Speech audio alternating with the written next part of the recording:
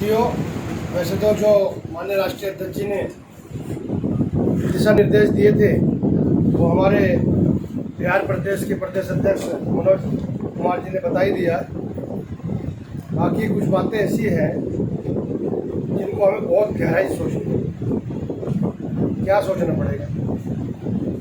सवाल उठता होगा कि भीम आर्मी संगठन होते हुए और हमारी राजनीतिक पार्टियां होते हुए आज़ाद समाज पार्टी को क्यों बनाना पड़ा। जब किसी बहन बेटी की इज्जत आबरू लुटती है और वहाँ पे न्याय नहीं मिलता है, उस न्याय को पाने के लिए आंदोलन आप लोग करते हैं, रोड पे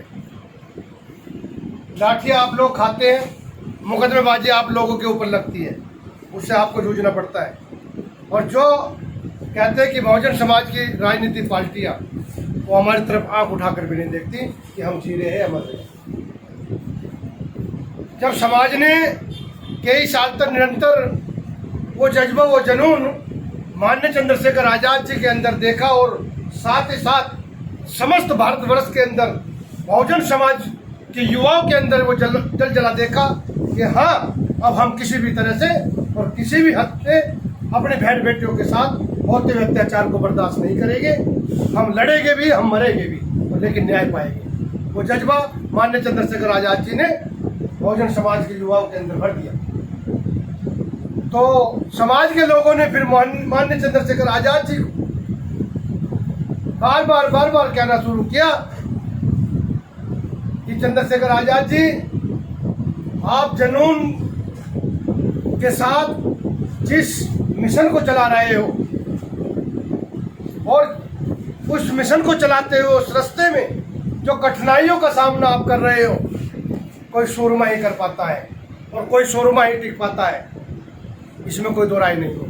तो समाज के बुद्धिजीवी लोगों ने उनको सलाह मशवरा देना शुरू कर दिया कि आप अगर हमारा राजनीतिक दल जो पुराना पहले से जिसको हम सींचते आए हैं खून पसीने से, वो अगर मदद नहीं करता है तो हमें फिर पुण्य पैक में जाना पड़ेगा, बीते हुए कल में जाना पड़ेगा।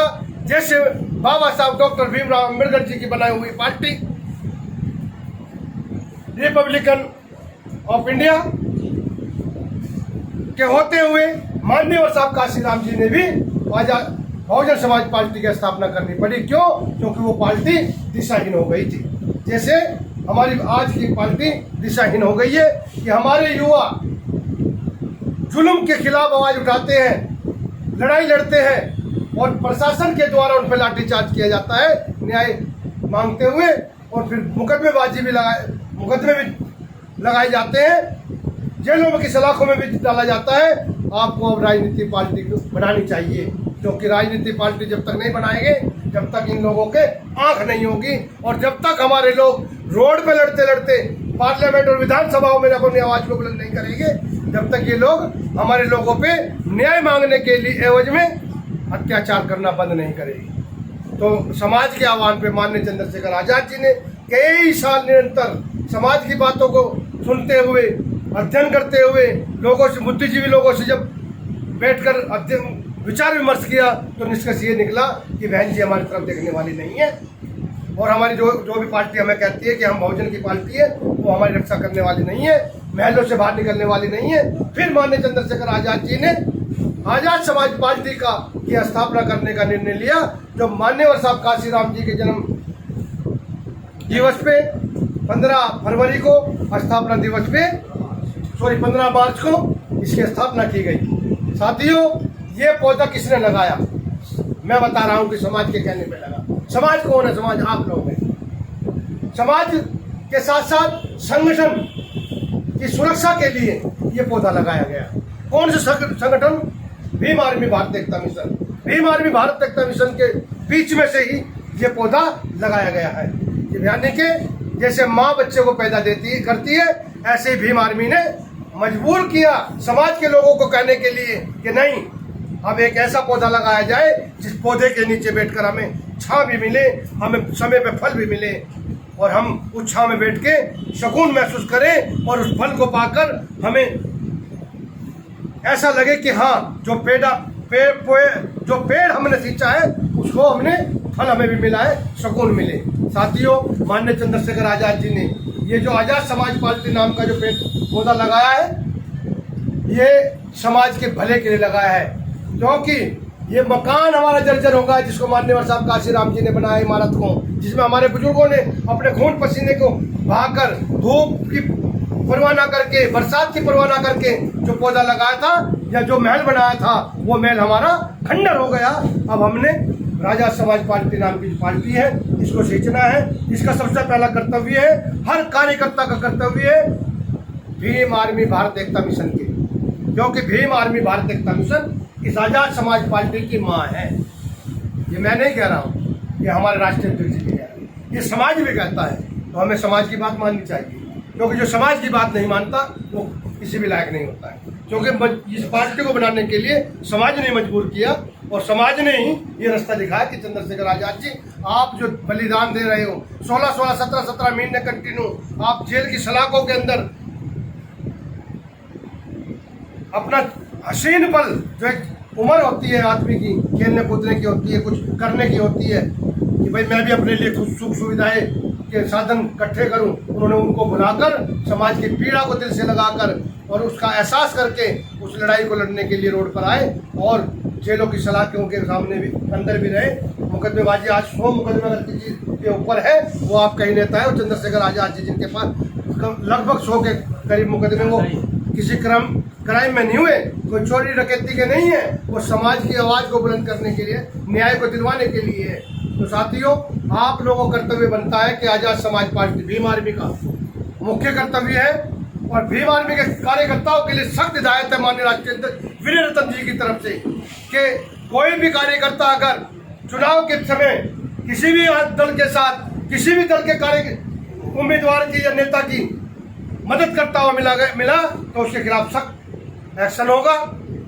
फिर बाद में ये तोहमत न लगाए कि भीम आर्मी ने हमारे साथ ये कर दिया, कि मैं 5 साल से काम कर रहा हूँ या मैं 4 साल से काम कर रहा हूँ। इसीलिए आपका अपना कर्तव्य, अगर आप इस घर को महफूज नहीं रखोगे तो पड़ोसी तो उसकी दीवार कभी भी घेर देगा, नहीं घेर देगा। भाई आप अपना समय क्यों लगा रहे हो, ताकि आप मजबूत हो। मजबूत कैसे होगे, जब आपकी सत्ता में भागीदारी होगी या सत्ता आपकी होगी, भागीदारी होगी या सत्ता आपकी होगी। हमें सत्ता प्राप्ति के लिए लड़ाई लड़नी है, भागीदारी के लिए लड़नी है। तो अगर हम लड़ाई लड़ेंगे सत्ता प्राप्ति की, तो भागीदारी तो आराम से हो ही जाएगी। तो इसीलिए हमारा टारगेट है सबसे बड़ा माननीय चंद्रशेखर आजाद जी का, कि हमें सत्ता परिवर्तन नहीं चाहिए, सत्ता प्राप्ति चाहिए। वो प्राप्ति बहुजनों को चाहिए और बहुत जल्दी चाहिए, लेकिन हमें इतनी जल्दी भी नहीं चाहिए कि हमारा मुंह ही फूट जाए। इसीलिए हमें धीरज भी रखना पड़ेगा। जैसे अभी मैं आप लोगों को कह रहा था कि सदैव एक होता है कि हमें पहले अपना ग्राउंड बनाना चाहिए। हम अपना ग्राउंड नहीं बनाएंगे और अगर हम उसमें कूद जाएंगे लड़ाई के मैदान में, तो शायद हम लड़ाई जीत नहीं पाएंगे। हमारे ऐसे साथियों ने गलतियाँ की हैं, हम उनको भी यही कहना चाहते हैं कि आगे से ऐसी गलती ना करें, अपना कैडर तैयार करें, अपनी टीम तैयार करें। जिसके पास संगठन होगा वही लड़ाई को मजबूती से लड़ पाएगा। आज अगर भीम आर्मी पूरे विश्व के अंदर जानी जाती है, भारत के अंदर नहीं, पूरे विश्व के अंदर अगर भीम आर्मी जानी जाती है, तो किस लिए जानी जाती है? क्योंकि आप कैडराइज हो, आप संगठित हो और एक आवाज पे कहीं भी जाकर किसी भी शासन प्रशासन से लोहा लेने का काम करते हो, क्योंकि आप सब एकजुट हो चुके हैं। आपको और साथियों को भी एकजुट करना है। जो साथी हमारे इधर उधर भटक रहे हैं उनको भी समझाना है। सबसे बड़ी कमी जो बिहार प्रदेश के अंदर देखने को नहीं, मेरे पास फोन आते हैं, क्या है कि हमारे जो भीम आर्मी के और आजाद समाज पार्टी के कार्यकर्ता पदाधिकारी है, मैं उनसे एक अभी तो प्रार्थना कर रहा हूँ, नहीं तो फिर उनके खिलाफ मैं एक्शन भी लूंगा, क्योंकि राष्ट्रीय अध्यक्ष का आदेश हो चुका है। जो काम नहीं करेगा वो अपने घर बैठे। क्यों बैठे? क्योंकि और लोगों की मेहनत में पानी पी रहे। तो साथियों, अभी हम लोग उन लोगों को टच नहीं कर पाए जो लोग आपसे जुड़ना चाहते हैं, ललायित है आपसे जुड़ने के लिए, आपके संगठन से जुड़ने के लिए। वो ढूंढ रहे हैं कोई रास्ता मिले हमें भीम आर्मी से जुड़ने के लिए, कोई रास्ता मिले हमें आजाद समाज पार्टी से जुड़ने के लिए, लेकिन ये कमी हमारी है, हमें घर से निकलना पड़ेगा। मैं कहता हूं कि आप पूरा टाइम ना निकालें, मैं कहता हूं कि आप डेली 2 घंटे ना निकालें। अगर आप हफ्ते में एक दिन भी निकाल लोगे, जो भी आपको आपके घर परिवार की जिम्मेदारी से फारिग होकर जो भी आप दिन निकाल सकते हो, मैं कह रहा हूँ आप 5 लड़कों की टीम बनाकर किसी भी एक गांव में निकल जाइए, एक लड़का निकल जाइए, वहाँ के 4 लड़के पकड़िए काम करने की जिज्ञासा होनी चाहिए। झुंड बना के चलोगे तो शायद तुम 10% ही काम कर पाओगे, झुंड खिंड के चलोगे तो तुम 100% काम कर सकते हो। अगर 10 आदमियों ने 5 आदमी की भी 5 टोली बना ली है तो आप 10% के बजाय 50% काम उतने ही समय में कर दोगे जितने समय में आप 10 आदमी इकट्ठे होकर नहीं कर सकते। तो साथियों सिस्टम बनाना पड़ेगा। दूसरी बात, कोई भी लेता है राष्ट्रीय कमेटी को फोन कर देता है। एक कार्यकर्ता भी होता है जिसने बीमार भी ज्वाइन भी नहीं करी, वो भी कहता है कि मुझे उससे शिकायत है। साथ ही इस बात का विशेष ध्यान रखना, आगे से जिस भी संगठन के अंदर डिसिप्लिन यानी कि अनुशासन नहीं होगा वो कभी भी कामयाब नहीं होगा। भेड़ चाल चलने से, क्योंकि भेड़ के मन में आए इधर को चल दी, इधर को मुंडे घुमाए इधर चल दी, ऐसे कभी भी संगठन नहीं चलेगा। भैया इसको काट देना, मैं अपने परिवार में बात कर रहा हूँ, ठीक है। तो साथियों हमें सिस्टम से चलना पड़ेगा, हमें अनुशासन में चलना पड़ेगा, लेके बूथ मेंबर से और प्रदेश अध्यक्ष तक और राष्ट्रीय अध्यक्ष तक एक स्टेप है। अगर आपका झगड़ा हुआ और आपका झगड़ा किसी भी पड़ोसी से हो गया, आप अगर जाके डीएम के पास चले जाओगे सीधे, तो शायद डीएम आपकी कार्रवाई नहीं करेगा क्या साहब, आप डिपार्टमेंट में रहे, कहाँ भेजेगा वो? पहले आपसे सवाल किया जाएगा क्या आप संबंधित चौकी में गए हैं क्या आपके एरिया की। अगर एसएचओ के पास भी जाओगे तो एसएचओ भी ये कहेगा कि क्या आप अपने एरिया की जो संबंधित चौकी है, पुलिस चौकी है, उसमें गए, आपने शिकायत दर्ज कराई? नहीं सर, तो वो क्या करेगा, जाइए आप पहले वहाँ प्राथमिकता दर्ज कराइए। सिस्टम जो कहता है, आप अगर राष्ट्रीय अध्यक्ष जी को फोन करके कह रहे हैं कि जिले का अध्यक्ष ये कर रहा है वो कर रहा है, तो ये जो प्रदेश की कमेटी बनाई जाती है ये कोई है ना मूंगफली छीनने के लिए नहीं बनाई जाती। इनका भी पद की गरिमा है, जिला अध्यक्ष की पद की गरिमा है, विधानसभा के पद अध्यक्ष की भी पद की गरिमा है। ऐसे आपको अपने हर आदमी को अपनी पद की गरिमा को मद्देनजर रखते हुए, उसका ख्याल करते हुए अपनी शिकायत अगर कोई भी दर्ज नहीं सुन रहा, अगर कोई नहीं सुन रहा तो फिर उससे ऊपर वाला बैठे, ठीक है ना।